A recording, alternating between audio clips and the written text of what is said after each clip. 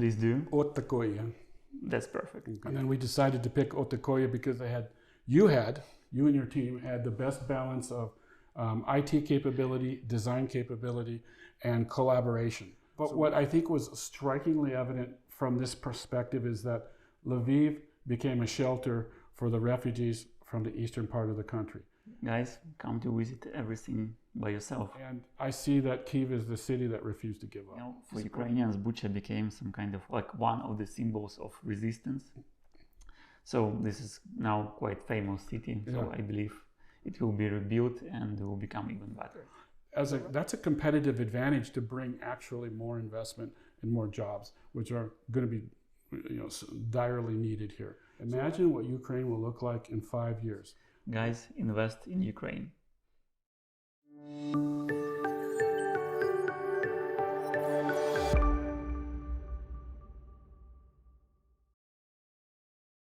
Hello everyone, my name is Serhiy. Welcome back to our Real Talk podcast.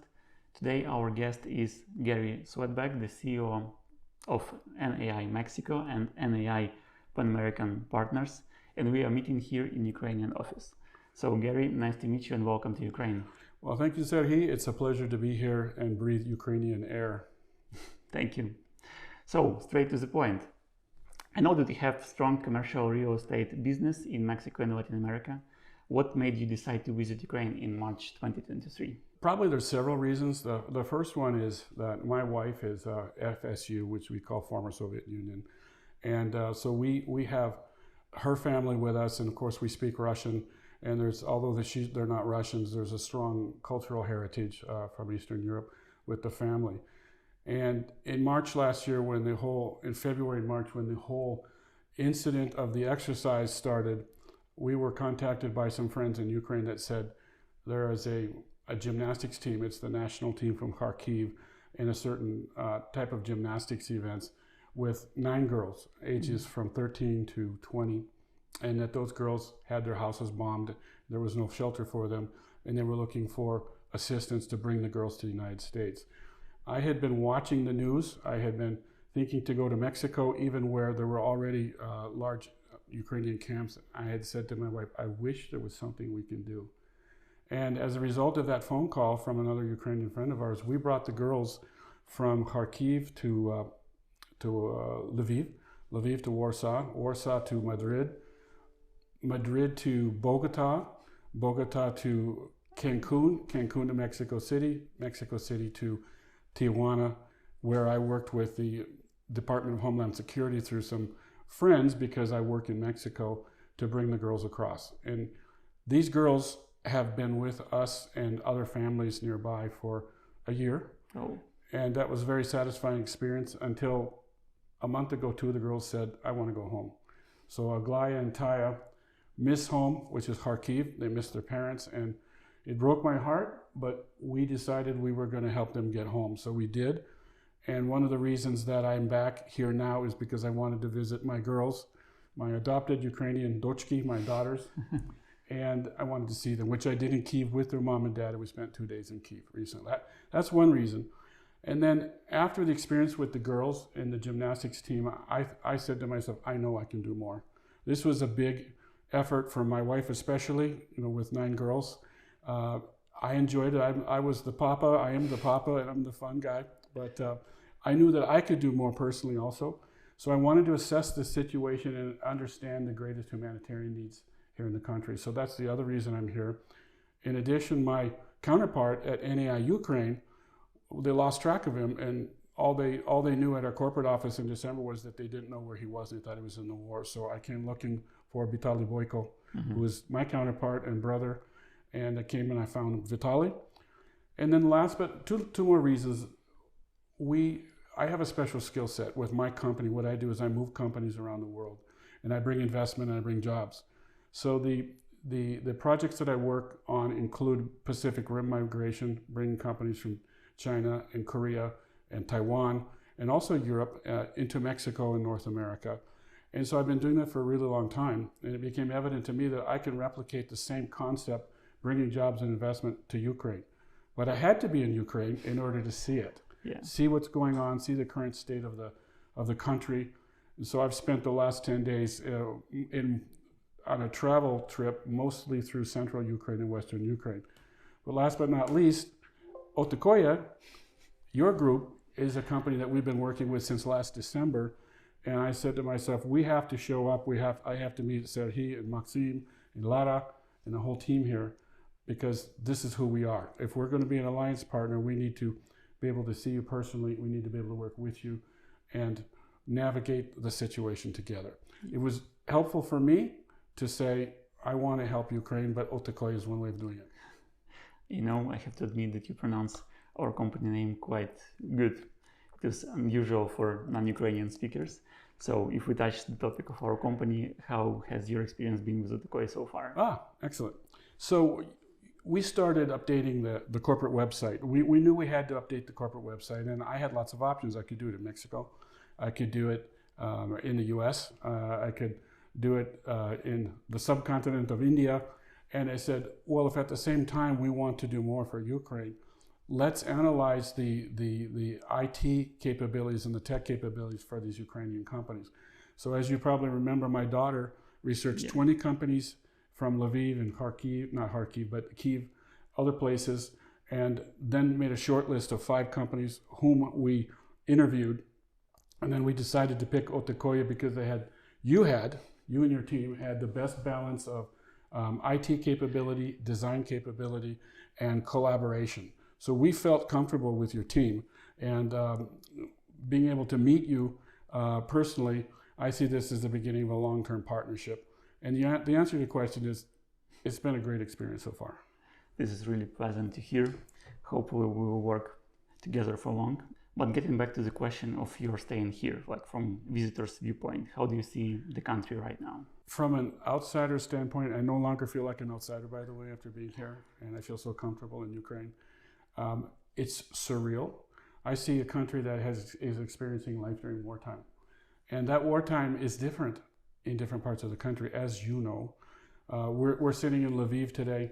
Lviv itself still has military checkpoints. I still see the monuments covered with protective mesh, so that the hundreds of years old monuments that are so meaningful to the people in Lviv are not damaged by the rockets. I do hear sirens going off here. So that's far more pronounced in other parts of the country. So Lviv is one way.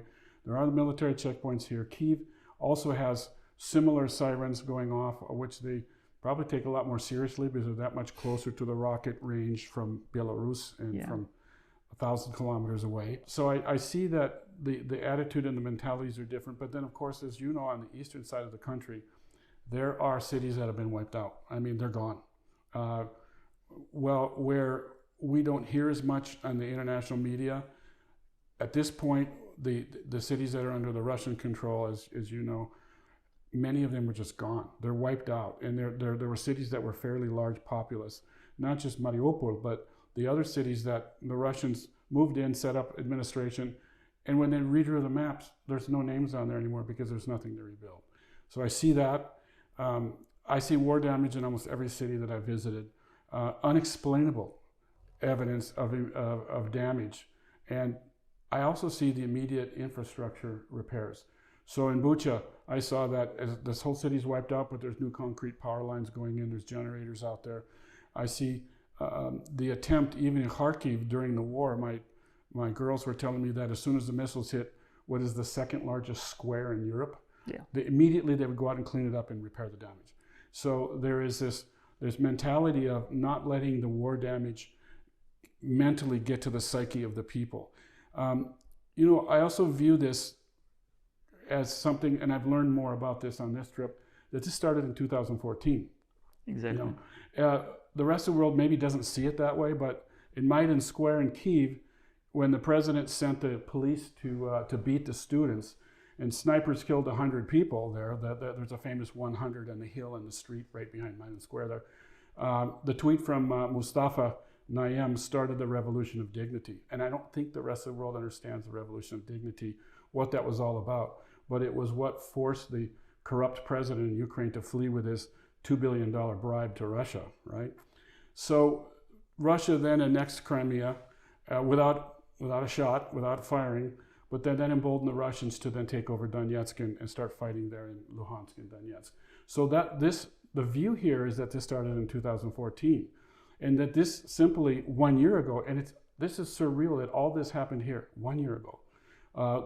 The Great War, or whatever the term is in Ukrainian now, I see that the country's unified. I see that I've met lawyers who've joined the infantry and just came back from Bakhmut. I interviewed them. I've met young people like your groups that are in positions of authority throughout the country right now, unifying. I met CEOs who sent their families to Poland and Germany, and then they came back and immediately enlisted, joined the military, some of them infantry. So that mentality is visible. I see the younger people like in positions of authority like Mustafa Naim, who I mentioned, who started the revolution, whose tweet was a part of the revolution of the dignitary, now is Minister of Infrastructure and Rebuilding, so I spoke with him.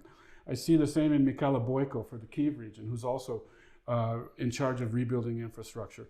I see the young lawyers working at Invest Ukraine, and I see the partners at Baker and McKinsey, who I use for my business practices, young teams working to accelerate change, and even Pavel, the young professional vice mayor of Odessa. Everybody has the same mentality that this is really a year old and we are going to win. So this is what I see. This is an experience it's wonderful to see this mentality in the country. Nobody doubts that the Russians will be pushed out. The timeline isn't fixed yet, but at the same time, I think it's evident what will be happening here. We and you are recreating Ukraine right now with a year of experience of this. So you mentioned a few cities where you've been. Mm. So what were the main cities you visited and what are your impressions? Well, we're sitting in Lviv. So this is the second time I've been here. And, you know, in California where I live, we have friends that grew up here in Lviv. Liana and Leo Tokman and a bunch of our other friends. And they were really interested in seeing this through my eyes because they haven't been here for 30 years. So I see a city of arts and culture. Her family was involved with the Philharmonic. She used to go there every day, so I took a picture of the Philharmonic, the Națională Philharmonica, and she was really, really happy to see that. It does seem like it rains here as much as it does in London. I do see that. Exactly. And that's evident. Twice I've been here and twice it rained here. But what I think was strikingly evident from this perspective is that Lviv became a shelter for the refugees from the eastern part of the country. Yeah. And there are people that will ask, well, why didn't they just go to Poland, or why didn't they go to Germany or to the U.S.? And the same answer is, why did my girls want to come home in the middle of the war in a city that's basically dark, to Kharkiv? It's because they love their country, you know. And so these people that you also helped, as far as I know, even on premises in your facility. These people didn't want to leave the country. So I see a lot of migration that came to Lviv, and that's one of the most interesting things in such a beautiful cultural city. It's one of the most cultural cities in Europe, as everyone knows. And so that's what I see in Lviv. The city is alive. And what about Kyiv? Kyiv, okay. Kyiv is a government center as much as anything else. And I see the checkpoints throughout the city. I see the energy in Kyiv. I still see the sirens, and I watch the streets go empty in Kyiv. At my hotel, the parents of Anna and Andrei Fedorov, of Aglaya and Taya, my girls, came to meet me, and the alarm went off, the sirens went off, and they said, we don't need to go to the basement here in the hotel. This happens every 20 minutes in Kharkiv. So we went across the street and we had breakfast over there. But again, they're experiencing the sirens and the threat, I think, much more frequently than we're seeing in Lviv here right now. But I also like to see with the people that I've met, that infrastructure is a priority. In Lviv, in Kyiv, there are 27,000 documented damaged structures from the war, 27,000. And 11,000 of them have already been restored, modernized, or rebuilt. So that's in 1 year, during the war.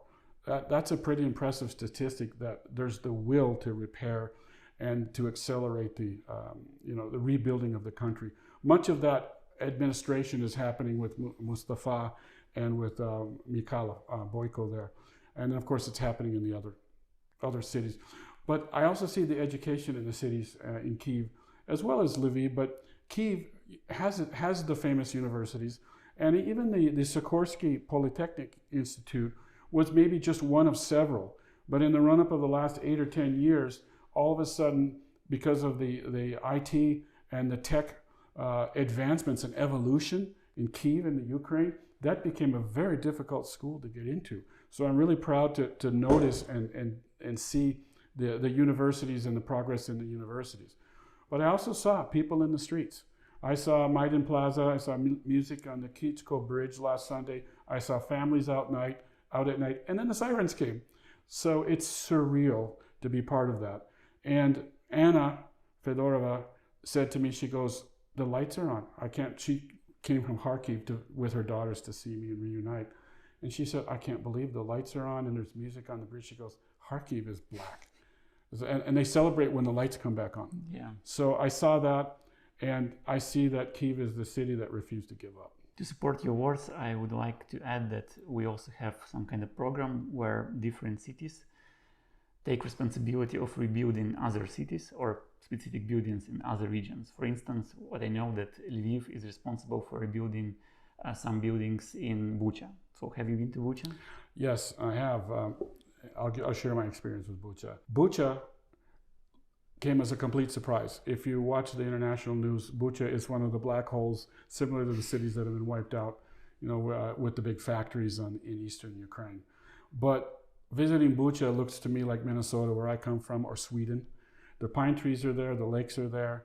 Mm-hmm. It's a beautiful location. And so even with the horrors that transpired in Bucha, they've attempted to rebuild as quickly as they can. But what I understand, and I've walked the streets, is the Russian expectation was totally different. The maps the Russian had, when they came to south from Belarus and Russia, they had maps that were pre-2014. They thought Gostomel, Irpin, and Bucha were little villages. As we would say in Mexico, pueblitos. They weren't. They were shocked that Bucha was 3 times bigger than they expected, that there were dozens of new high-rise apartments, that there were commercial shopping centers, there were cafes and coffee shops, there were boutiques all over the city, and the quality of life was far above what these soldiers had experienced in Russia. They were told they were going to liberate Bucha, and that there would be people with flowers there welcoming them in, and they were just shocked when the liberators were not greeted by flowers, but with screaming grandmothers who were yelling at them. And the Russians, the whole world doesn't know why the Russians committed these atrocities. It's become evident to me now that they stole jewelry from the houses. They broke down the doors. In the apartment complexes, they broke all the doors. I've walked them. The household appliances, they would put in the tanks and take them back to Belarus. And there's evidence of them pawning the household goods from people's houses in Bucha in pawn shops in Belarus. So they stole the jewelry. They just were jealous and angry. They could not believe that they ran into a roadblock of both military and a beautiful area like Bucha. So the world knows what happened, but they didn't know why. And my belief is the Russians were so jealous and angry, they started committing the atrocities. And the atrocities are well documented on the international media. You can go to the church and see the pictures of the bodies that were buried. You can see where people were shot and left in the street for days. And of course, people that I know live in Bucha now and told me what it was like coming back. So I have been there, but the real answer to your question is I interviewed Anatoly, the mayor, and they really don't want to talk about this. They want to move on. He'd like to create industrial parks there, the Hostomel Airport. They want to put an air cargo facility there. So he's got a team, a young team in international development that are talking to groups, and he's working directly with the state, or what we would call the federal government here, but the state, to attract World Bank funds and infrastructure repair. So he's got a whole economic mandate and a project that he wants to follow. So my opinion is that Bucha will grow and be beautiful again. And they didn't wipe out the whole city, but a lot of it, the damage is still there. You can see the cars and the buildings. That's what I saw in Bucha, but I also saw the intent to move forward and move beyond that. You know, for Ukrainians, Bucha became some kind of like one of the symbols of resistance. So this is now quite famous city. So I believe it will be rebuilt and will become even better. The Russians couldn't believe. They arrived in Bucha coming south with the tank columns. The helicopters flew into the airport. They were going to use it as a staging area with their troops. And they get in there and they're looking around. There's coffee shops and boutiques.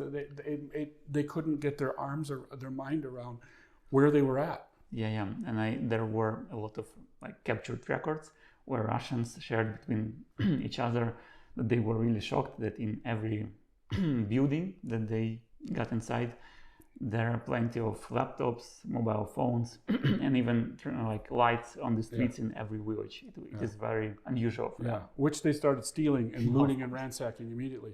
In Bucha, there's an apartment complex, which is a big, large one. That's where they set up their headquarters there while they occupied, as you say it, okay? And then they would go around town and terrorize people and steal everything and kill, just shoot them on the streets. Driving, the neighbor of one of my friends was just on his bicycle going down the road, and they shot him driving on his bicycle for no reason.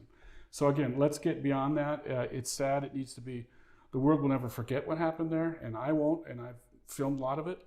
But at the same time, I do think that there's a very bright future for Bucha and Hostomel and Irpin. And Moshun. Yeah, Moshun, it is... That town is still devastated. Yeah, but you know, Moshun is famous because specifically in that small, really village or town, call it as it like you prefer, but in this town, Ukrainian forces stopped, let's say, Russian troops invasion to Kyiv. I was there. Yeah. I was there the day before Zelensky was there for the opening of that memorial. Yeah. I walked it. I saw the flags in the woods where each of the 89 soldiers had died, and those people stopped the Russian advance of at least 2 platoons. And if they hadn't stopped them there, they would have rolled south towards Kyiv. That team there, it's so sad. But there's pictures of all the boys out there. There's flags in the ground exactly where they died, and the bunkers and the trenches are still there. So I had a very special opportunity to visit, but I couldn't stay because it was a site that was restricted because Zelensky was coming the next day.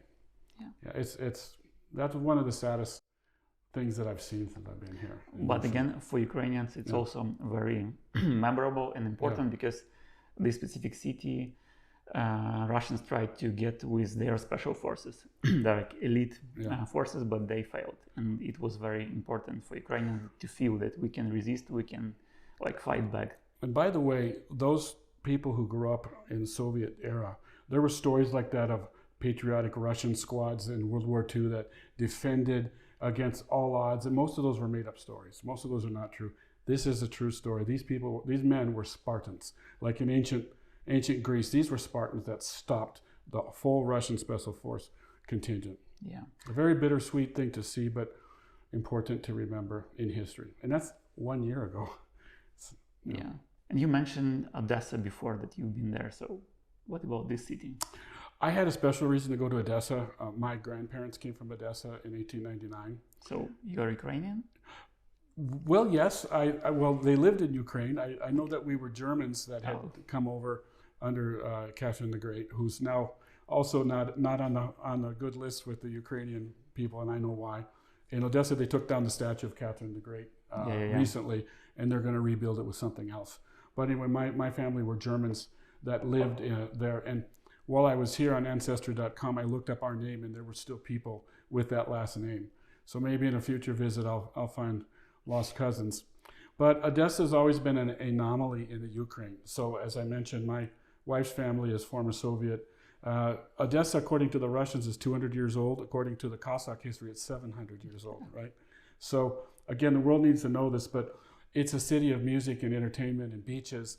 And the famous song, Ach, Odessa, I had heard many times with the family at parties. And it was something I wanted to see. But also, the other reason is Odessa has 3 ports in the region, the Chornomorsk and the big port, and then the other one. And it's involved right now with the famous grain shipment deal that's brokered with the Russians. If Ukraine is the breadbasket of Europe, then Odessa is the gateway and the door in and out. So location, it's also the location of the famous soldier Roma, on Snake Island that told the Russian warship to go F itself, as we say. And I did have the honor of meeting him yesterday by accident. And here in Lviv? Yeah. Oh. Yeah, at breakfast, just accidentally bumped into him. And that was an honor to meet him, too. I mean, this is a destiny trip. I'm not sure why and how all these things have come together so well, but I believe that there's a reason for my trip here. The other thing in Odessa is I see Soviet monuments everywhere. So the history of Odessa is the port. You know, there's many on the Potemkin steps. So it's a place that's a tourist historically a tourist destination. But right now it's completely under military control, and there are a lot of sensitive areas in and out of Odessa there. But I did have the opportunity to meet with Pavel, the vice mayor, and he has big plans as soon as the port opens and everything is pushed out. So that's Odessa, what I've seen on this visit. Odessa is a really beautiful city, and it was especially important for Russians because they consider it, as you mentioned, a Russian city, even though it is not. And you mentioned why. But they wanted to get it even, I believe, more than other cities, even before Kherson. But as with other cities, they failed, and hopefully they will give back everything what they taken. I have a suspicion that one of the other reasons Odessa hasn't been hit so badly is because the Russians see that as a Russian city. And there are Soviet monuments everywhere in the city. Big monoliths, you know, for historical battles in World War II and to the sailors that were lost at sea there. So it's I suspect that they may want to keep their hands off Odessa, thinking that at someday they may have another opportunity, but that won't happen. They will not. No. It's a Ukrainian city. Yeah. Thank you. Other cities you visited? Well, again, one of those reasons that I mentioned that I'm here is to understand how to bring global companies, especially manufacturing, to Ukraine. So I had the opportunity to meet the mayor in Dragovich, and when I'm driving around, I'm seeing companies in these Ukrainian cities that I know are already my clients. I saw Leoni Cable, who's in Mexico. I saw Aptiv in Venetia. So I've seen companies that, well, if they're already here or there are groups of companies that are here, that I can be contacting them to talk about more investment and more jobs. Really, jobs for Ukraine is going to be really critical here. But I did visit Drogovich, Vinetia, and Ivano-Frankivsk, and met with the city council or the mayors in each of those. The other cities I visited were for the humanitarian reasons that I'm here. So I was lucky to help sponsor Yalinka, Yalinka is the previous spa in Karpaty. It's now a rehabilitation center for mothers and families that have lost their sons and their husbands and their fathers. And that was last Friday. So the building was contributed by the band leader from Kalosh, from Victor. And so he just said, we're going to give you this as a rehabilitation center. You can manage it. So he contributed it, and we'll see how long that goes for. But for those of your viewers that don't remember Kalosh, they won Eurovision last year for the song Estefania, and Joseph Court, and then so the building was contributed by Victor.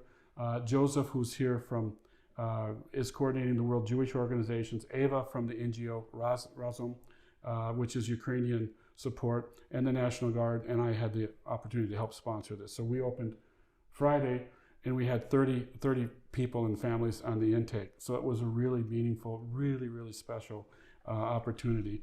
And I think we'll be involved with doing more of these.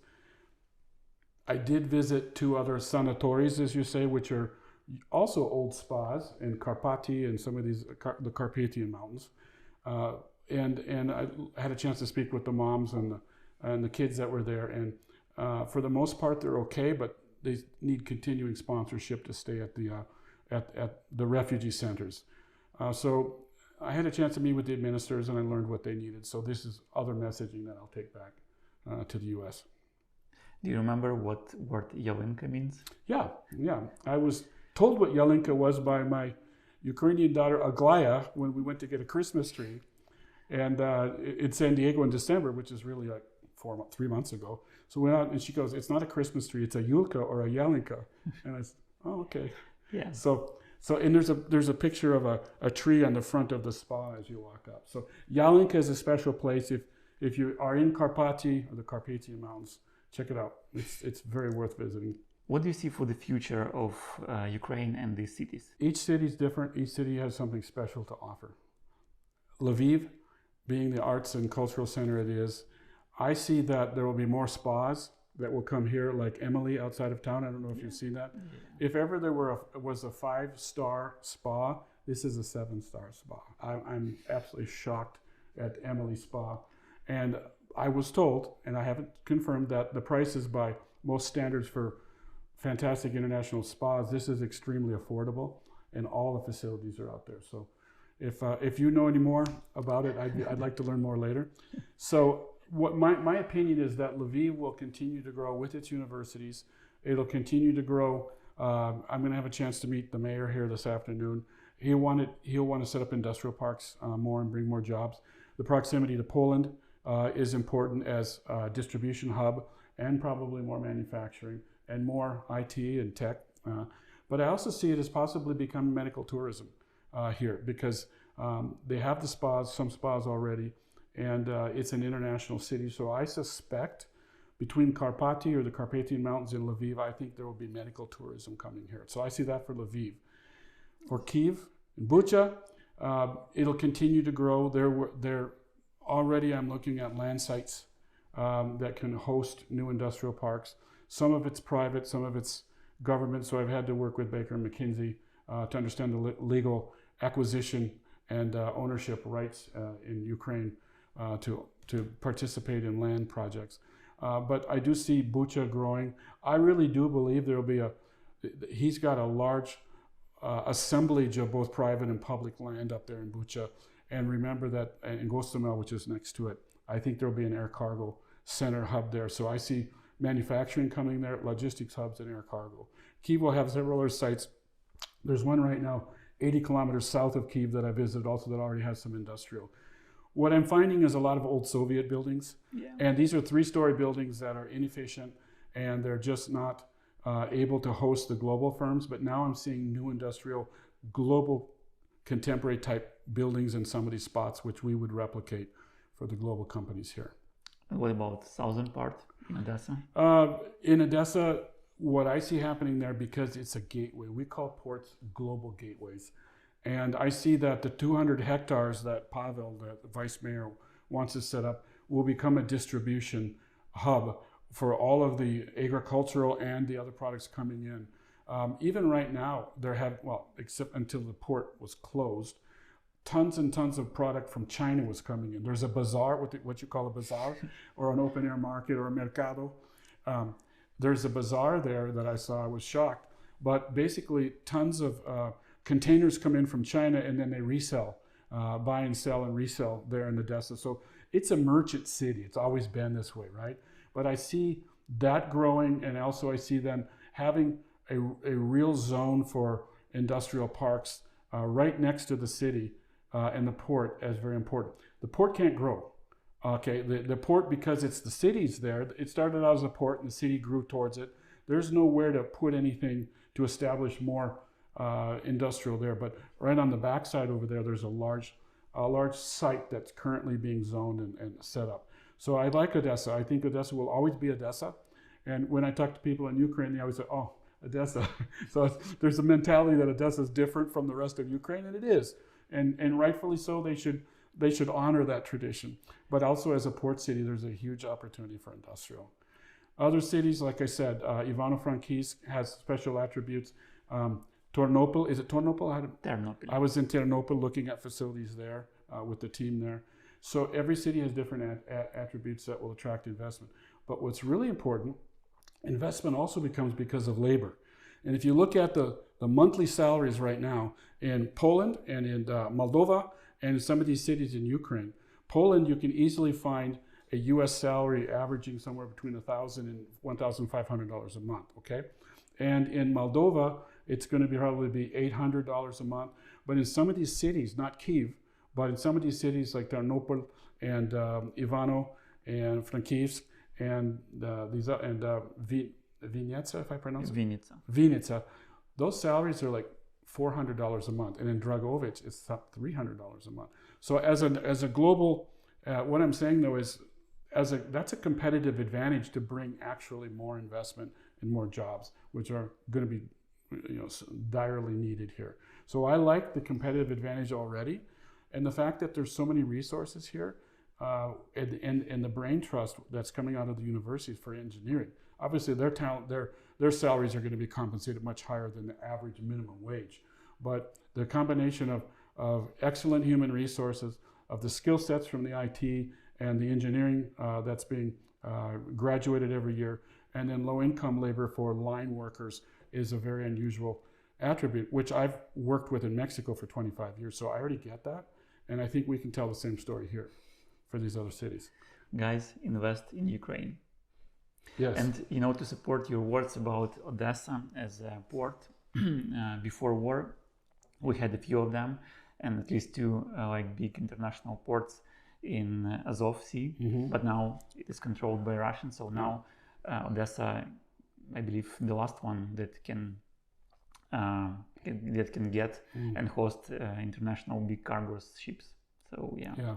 I'm not sure what's going on in Mikhailov yet. Mykolaiv. Mykolaiv. The right word is Mykolaiv.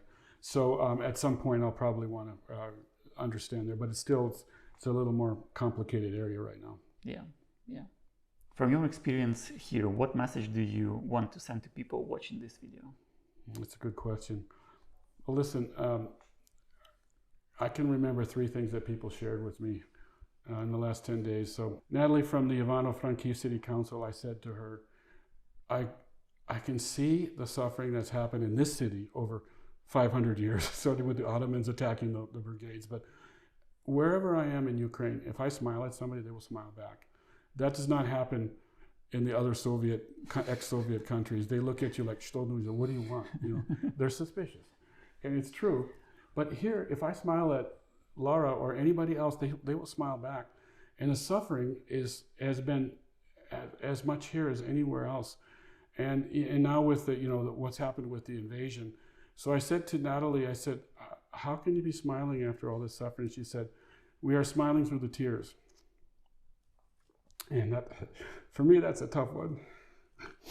Yeah.